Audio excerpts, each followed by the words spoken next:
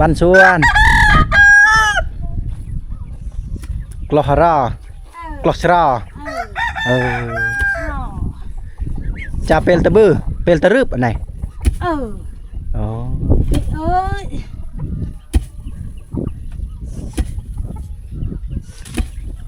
จะคนเลยอยู่ในเฮือนนี่ก้อนไม่จะเสียหน้าก้อนไหมไปตะปัดเขาถามว่าทวีทว่าสีตั้มเข้ากินขาบแรงบ่หรอแมนหลังจากนั้นเขาว่าลูกจะคนรอ6 คนป้าผู้ชายผู้หญิงผู้ชายเบิดเลย6 คนฮะโยอันนี้กับผู้ชายน้อยๆนี่เด็ดใดเลยเพิ่นให้ผู้ชายเนาะให้แข็งแห้งเพื่อจะช่วยเวียกพ่อเวียกแม่ว่าสั่นอ้ายเพิ่นได้ไปไสอ้ายเพิ่นได้ไปไสผัวจะไปไสไปแล้วป่ะจุงไปกวดกี่กวดล่องกวดเจ้ากวดวิลกวดป้าจะวิลกวดเพิ่นเขาถามผัวเพิ่นไปไสไปบ้านกวดเพิ่นเท่าไหร่ไปทางคุณแล้วก็อันนี้คือเขตชนบทอยู่เมืองสิโปนได้ตามเข้าแบบสีได้สุดยอดแล้วโอ้ลูกชายเพิ่นลูกล่าเพิ่นตะแพงแทะมืออันไหนมือเจ้าพอไม่ไล่ป่าเพิ่นตำเข้าตั้งแต่เช้าพุ่นทุกคนเลยยังบ่ทันแล้วนี่โอ้ยเพราะว่าเราว่าเต็มกระสอบอันนี้เข้าเพิ่นเลยนี่หลังจากนั้นเพิ่นก็สิฟัดเอาโอ้โหจนเมื่อยเพิ่นว่าตำจนเมื่อยตั้งแต่เช้าเพิ่นเบิ่งผ่านการใช้งานคกเพิ่นนี่จนบางยังแต่ซ้ำอยู่เป็นไข่ตลอดเลยบางคนก็แนะนำว่าเป็นอย่างคือบ่เฮ็ดคกแบบเอาตีนเหยียบนะเขาบ่ฮู้เขาบ่เคยใส่เนาะแล้วก็เขาบ่ฮู้ก็ดีเนาะทุกคนที่ได้ให้คำแนะนำแก่ชาวบ้านเพิ่นนะแต่เขาคือว่าแหละเจ้าบ่ฮู้ที่จะเฮ็ดบ่ฮู้ที่จะแต่งคกแบบนั้นอันนี้คือสุดยอดชนบทนี่ผมก็มาครั้งแรกเลยได้เขตนี้นะบ่เคยมาบ่เคยมาก็ไปกับพร้อมด้วยทีมงานเฮาคือเก่าอันนี้คือวิธีชีวิตชนเผ่าบรูหรือว่าบรูตรีชนเผ่าตรีเขตเมืองเซโปนสวรรณเขตเป็นกลางเว้นเอาเลาะประมาณนี้แหละถ้าตอนแรงๆหน่อยหนึ่งจังเลยก็จะโอเคได้บรรยากาศแต่ว่าตอนนี้มันห่อนแห้งก็จะหากระทำเข่าบางอย่างนี่หรือว่าเขาเห็นบาวคมหรือเขาไปเลยบ่เขาปบเลยบ่กับบ่ฮู้เนาะบ่แน่ใจนี่เขื่อนสารปานเพิ่นมาที่ไหนอันนี้ก็จะเป็นหึงครัวการใช้ชีวิตที่เรียบง่าย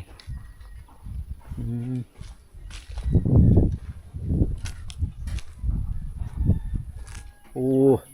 เป็ดเสาที่เพิ่นใส่แบบเล็กระเบิดนี่โอ้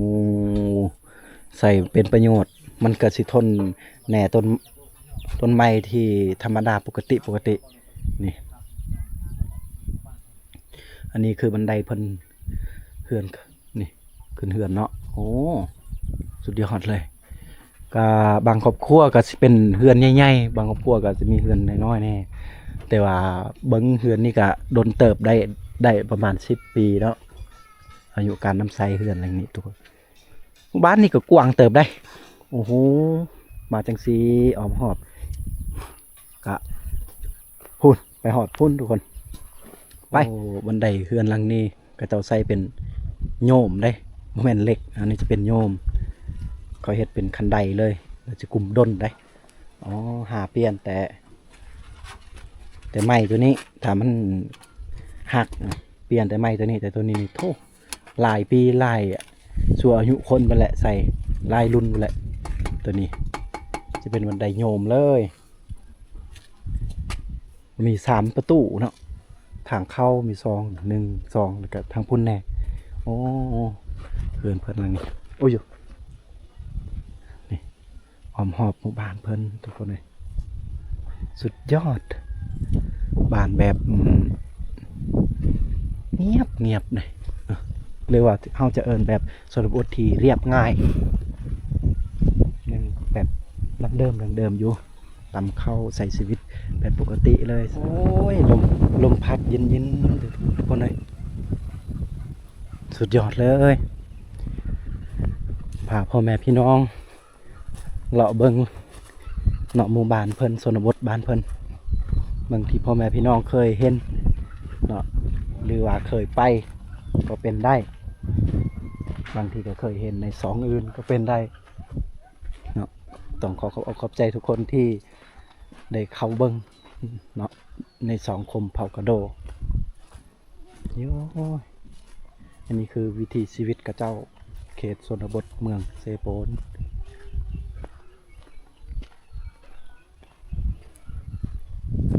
บ่าวโน้ตว่าทางนี้เราจะออกไปเมืองเซโปนเลยก็ได้อีกมันเกี่ยวมาจังสีได้มันโค้งไปโค้งมานะมันอย่างไกลแต่นี่นะเฮือนกับเจ้าในการตั้งกันอยู่แบบนี้แต่ว่าพื้นที่แบบเฮาตั้งเฮือนหรือว่าปลูกเฮือนนี่ยังกว้างหลายเลยได้พวกนี้ก็มีคกตำเข้าอยู่ได้ทางนาผมแต่ว่ายามนี้ยามตอนยามมาเป็นตอนเที่ยงกับบ่มีคนถ้าว่าแต่เช้าๆจะได้เห็นวิถีชีวิตชาวบ้านทั้งหลายเนาะจะได้พบพ่อได้ล้มหลายคนคือว่าตอนแรกกับเจ้ามาแต่ให้มาแต่ส่วนก็มีอยู่ตอนนี้บ่เห็นโอ้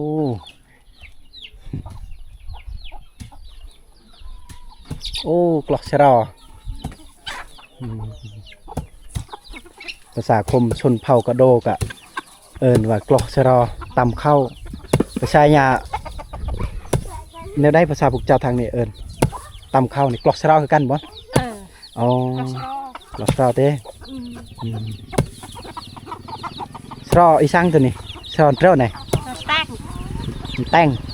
อ๋อจะเป็นสายพันธุ์แต้งตามภาษาบ้านเพิ่น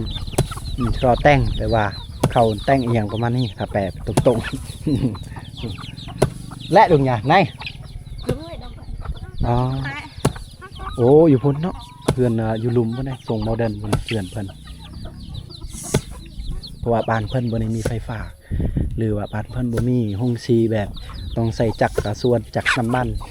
เนื่องจากว่าเตนี่ไปเมืองมันไก่เติบได้ไปหาซื้อน้ำมันก็ยากโอ้ไก่ตุยๆงามๆไก่ลาดวิถีชีวิตชาวบ้านคนโย่เหือนตัวนี้จะเป็นเหือนไม้ไผ่เบิดทางหลังเลยทางแมนว่ากระเจ้ามุ่งกับมุ่งด้วยไม้ไผ่ได้นี่เอาไม้ไผ่ซับแล้วก็มุ่งสิคือหญ้าเลยแต่ว่าโมเมนหญ้านี่อันนี้จะเป็นไม้ไผ่ถ้าซับแบบซานก้อนเนาะเอามาซานก้อนหลังจากกระเจ้าซานแล้วก็เจ้ามุ่งเลยแบบนี้นะนี่เหือนกระเจ้าโอ้โหกระเจ้าไปเฮ็ดเวียกกระเจ้าบูยูเลยนี่อันนี้คือการตัวนี้เป็นคอกแบะแต่ว่าตัวนี้เป็นเหือนกระเจ้ามีบอลนั่งเล่นอยู่นอกคนเนาะทางเหือนครัวก็อยู่ในแล้วก็นอนอยู่ในโอ้โหอันนี้เป็นคอกแบะเลยนี่ก็มุ่งด้วยไม้ไผ่กันกระเจ้าเพชรคือยาเลยกระเจ้ามุ่งเลยอันนั้นแม่นแหละอันนั้นก็คอกแบะนี่โอ้โหคือกันเนาะเวลาฝนตกตัวนั้นหนาก็จะเห็นแบบมันมีหลายชั้นเลยแต่ว่าตัวนี้นี่ชั้นเดียวคือเอาไว้ให้แบะเนาะเก็บ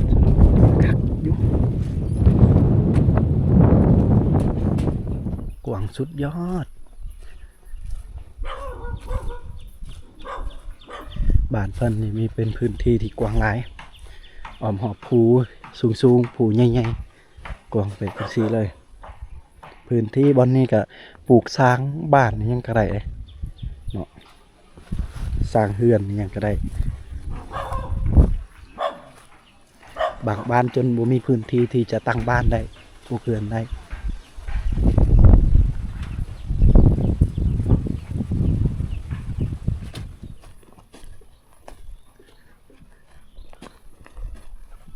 อันนี้ก็มีเฮือนกระเจ้าอยู่ อันนี้มุงด้วยหญ้าเนาะหากเห็นเลาะเขตอันนะเมืองสโปนหากเห็นเฮือนหลังนี้มุงด้วยหญ้าแต่ว่าก็จะบ่อยู่แล้วนี่โอ้อยู่สบายดีละ เขาคือว่ามีคนอยู่สุดท้ายก็เห็นอยู่ อายบ่เจ้าแม่เจี๊ยดอ่ะ และพิมพ์พอไม่เปล่าพ่อแม่เจ้าไปไสลูกน่าจะเป็นน้องเนาะพ่อแม่เพิ่นไปอยู่นี่เรายังกำลังกินข้าวอยู่และพิมพ์พวไม่เปล่า แต่ดงปีปาอันแต่พอดี ในดังนะ ดงนี้อัน ดุงอัน ดงนี้อัน เนอันภาษาลาวเนประมาณนี้ใดดุงเอื้อยดุงอ้ายเนอันโอ้โหเนาะคนละภาษาเด้หึจะเป็นน้องอันนี้ว่าเฮือนพ่อแม่ลาวแหละดุงเป็นปานเป็นติ บังดงเจ็ดก้อนเสียง ฮะ ดงเจ็ดก้อนเสียง แล้วบาดนี้ก็จะเรียงอีหยังก็ได้อ้ายบ่ฮู้เว้าลาวได้บ่ลูกบ่ได้ ตะปานใดลาวเป็นดังไงตะดังปานใดลาว ดัง ตะดังปานใดใหม่อ้ายตะดังเต้ปานใดใหม่ นี่โอ้โหเนาะหรือว่าเฮือนหญ้าเพิ่นบ่ได้บ่แต่อีต้นเนาะเฮือนคนทุกข์คนยากก็มีให้เห็นปาติโตหญ้านี่ก็ไปเบิดเลยยังได้เกี่ยวนึงได้นี่เวลาฝนตกนี่โอ้ยบ่อยากบรรยายนี่ถ้าฝนตกอีหยังสักอย่างนี่ฝนก็สิห้ำสิหัวใส่แล้วก็มีอีกไฟแสงโซลาร์เซลล์ก็บ่ได้มีได้เฮือนเพิ่นแต่ว่าเฮือนนี่มีอยู่ไฟแสงโซลาร์เซลล์นี่มีเฮือนครัวเฮ็ดกินเฮือนน้อยๆแล้วกลับมาที่เฮือนใหญ่นี่ไฟแสงโซลาร์เซลล์เฮาจับบ่เป็นหยังมันบ่สอดดอกเนาะ2 อัน 2 แผ่นพอได้ไต่เนาะยามกลางค่ำกลางคืนบรรชวนอ๋อเจ้าสบายดีโอ้เฮือนนี่พ่อเองวะอ๋อบรรชวนสบายดีเยอะจะโดยเยอะพอกินข้าวเลยวะยังเฮือนไผตัวนี้ เพิ่นระบาว เฮือนน้าบ่าว น้องพอ โอ้น้องพอเพิ่นอยู่ผู้เดียวปะ มันเปรี้ยวกับหลานมันเลยลูกมัน เมียเพิ่นเด้เมียเพิ่นเด้ ไปคนหายเนี่ยคนปืนอยู่ประตู เมียเพิ่นได้ไปไสซะแบบเมียผู้เจ้าของเฮือน เนี่ยมัน แม่น เนี่ยมันเป็นไม้ไม้ อ๋ออันนี้เฮือนแม่ไม้แน่นั่นบ่โอ้ ไม้ อันนี้จะเป็นเฮือนอีพ่อเองบ่เฮือนเจ้าเองบ่ตัวนี้โอ้ลูกหลานไปใส่หมดเลยไก่กระมอนไปแลกให้ป่า เดี๋ยวนั่งกับพ่อกับแม่เขากับหลานเขา3 คนอยู่นี่ 3 คนนะ ภ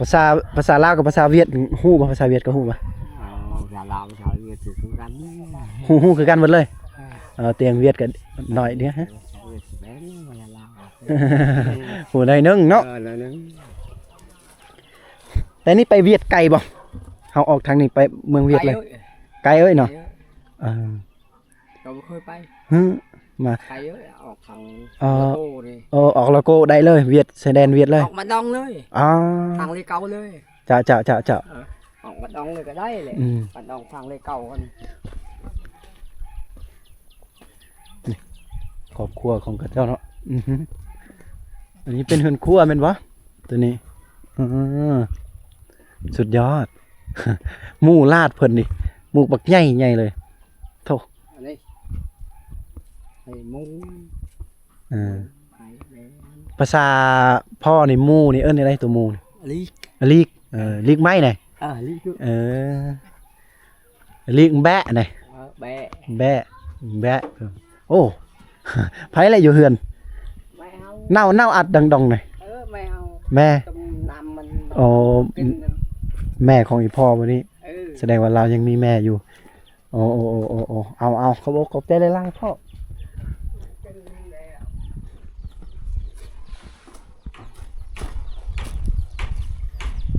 โอ้น้ำเห็นน้ำเปื้อนๆไหลแต่ทางเทิงคุณโอ้หินที่กระเจ้ามาคนมีดคนผ่าเนาะ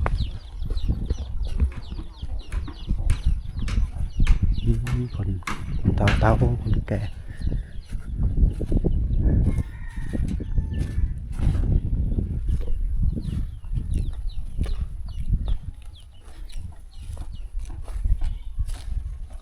โอ้ยาหน่างเต็มเลยบ่แม่นผักขะแยงนี่ผักขะแยงเต็มเลยนี่ทุกคนงัวกับลูกมันงามทางหน้าที่เพิ่นกำลังเฮ็ดเฮือนใหม่เนาะกำลังปลูกสร้างใหม่ๆอยู่แต่เฮือนหลังนี้คือสิงามในหมู่บ้านนี้มีแต่เฮือนนี้เนาะงามเนาะงามเลยเฮือนใหญ่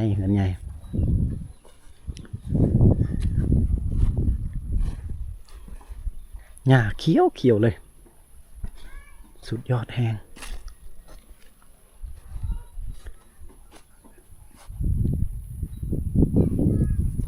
มาชนบททางนี้ก็ม่วนอีกแบบหนึ่ง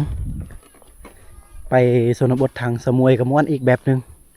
ม่วนคนละแบบว่าสั้นๆทุกคนเลยแต่ถ้าว่าฝนตกนี่โยเขตนี่บ่อยากบรรยายเลยให้เต็มแต่ขี้ต้มเลยได้บ่นี่รถมันก็สิค้างคาเลยบ่นี่ขนาดตอนนี้เดือน3มันก็ยังเห็นขี้ตอกขี้ต้มบันส่วนเป็นไรเจ้า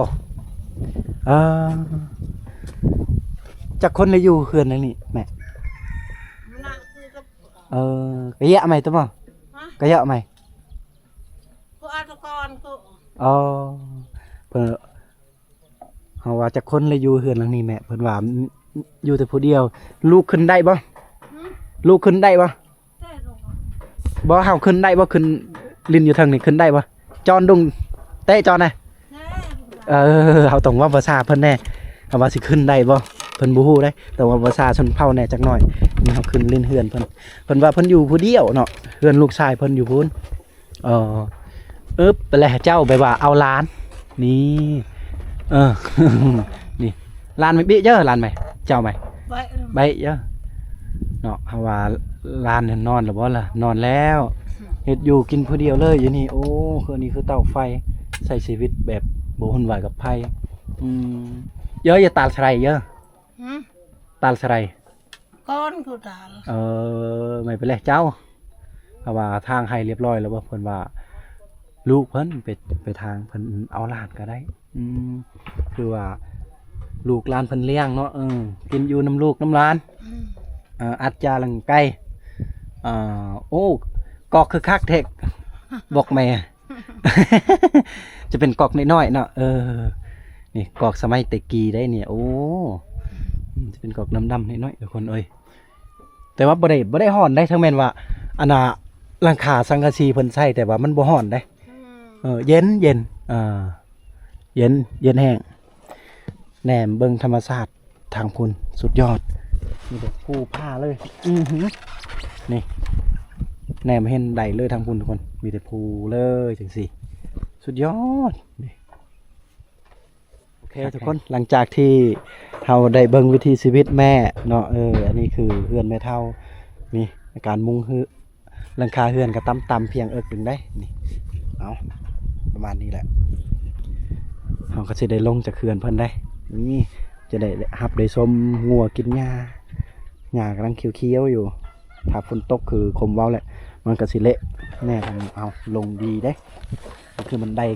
ลงเขื่อนเพิ่นอึ๊บอ้าวขอบใจเด้อโดยผมเบิ่งเห็นวิถีชีวิตกระเจ้า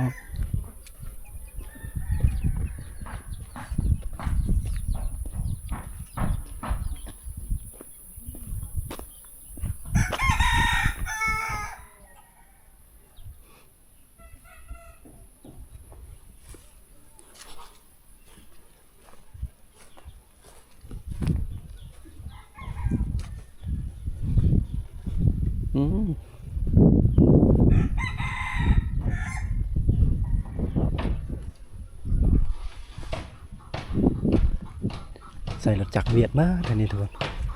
เพราะว่าติดกับชายแดนลาวเวียดนามแต่นี่ไปเวียดกับบ่ไกลแล้วนี่บันสวนนาง บันสวนโอ้ยบ่ได้ไปทางให้บ่บ่ได้ไปทางให้บ่จูติตัดไรโอ้ขึ้นได้บ่ขึ้นได้อยู่บ่ได้โอ้เสียยังไงอยู่ประทางไงแล้วบัดไงเนี่ย บัดยังไงนะหากก็เริ่มเนาะเขาถามว่าบ่ได้ไปทางให้บ่เพิ่นว่าหากก็มาทางให้หากก็ทางได้2-3 มื้อนี่แหละ2 มื้อนี่แหละอ๋อก้อนไหมไหนโอ้นี่สองพ่อเมียเพิ่นอยู่นี่เลยนี่ลูกสาวลูกกกเลยจ๊ะเพิ่นพยานได้เห็นเฮาแต่ไกลเพิ่นยิ้มไปเลยหัวเลยโอ้มีความกล้าเนาะ ใช้ชีวิตที่เรียบง่ายสองพ่อเมียแต่นี่ไปเวียดไกลบ่บ่าวยังไกลบ่แม่นโอ้ประมาณ6 ลักก็ฮอดเวียดละโอ้แต่ว่าไปอันทางเลขเก้าเด้ไกลบ่ยังไกลอยู่ไกลโอ้ยมันฮอดบัดดุงเลยอยู่ไปไกลแต่ว่าเมื่อทางนี้ยังไกลกว่าหรือว่าทางนี้ใกล้ทางนี้ใกล้ๆเนาะนี่ก็ไกลทางนี้ใกล้นะทางเข้ามาใกล้ทุกคนต้องไปเขาเอิ้นว่าชายแดนอีหยังเกาะทางพุ่นจุดซุ่มอีหยังเกาะโลโก้บ่โลโก้โอ้เฮายังบ่ทันได้เคยไปหากะมาครั้งแรกมีแต่ตะกี้ไอ้สิหอมเพิ่นมักไปเคยเห็นเนาะไอ้สิหอมเนาะเคยเห็นพอสิหอมแต่ว่าเฮาบ่เคยไปหากะมาหากะไปครั้งแรกเอาขอบใจกำเอิญนี่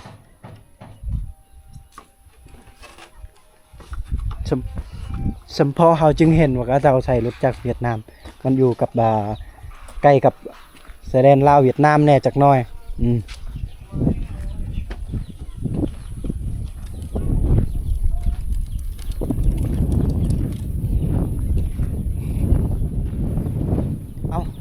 ขอบใจทุกคนที่ได้เบิ่งได้เห็น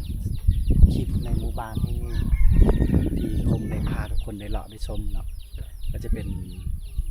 ครั้งแรกที่คมได้เข้ามาเยี่ยมชมหมู่บ้านเพิ่นแต่นี่ไปหาโลโก้บ่หรือว่าโลโก้บ่ยังเขาเอิ้นทางพุ่นแสดงลาวเวียดนามเลยกับบ่ไกลแล้วประมาณบ่ฮอด5-6 ลักแต่ว่าถ้าสิเมื่อทางเลเก่าทางดำทางใหญ่พุ่นทางเมืองเสโปนพุ่นมันก็ยังไกลอยู่เด้สักได้ประมาณ10 หรือ20 ลักบ่เอาถือว่ามื้อนี้เฮาอาจจะเมื่อเลยได้ทุกคนอาจจะเมื่อสารวันเลยมี2 โมงแล้วตอนนี้ก็บ่ฮู้ว่าไปฮอดพุ่นจักโมงแต่ขอบใจทุกคนหลายๆที่ได้เบิ่งได้เห็นในคลิปนี้ได้สละเวลาอันสำคัญของทุกคนแต่ว่ากลับมาเบิ่งคลิปของคมวิถีชีวิตหรือว่าการถ่ายทำของคมอาจจะบ่ละเอียดหรือว่าบ่คักกว่าซองอื่น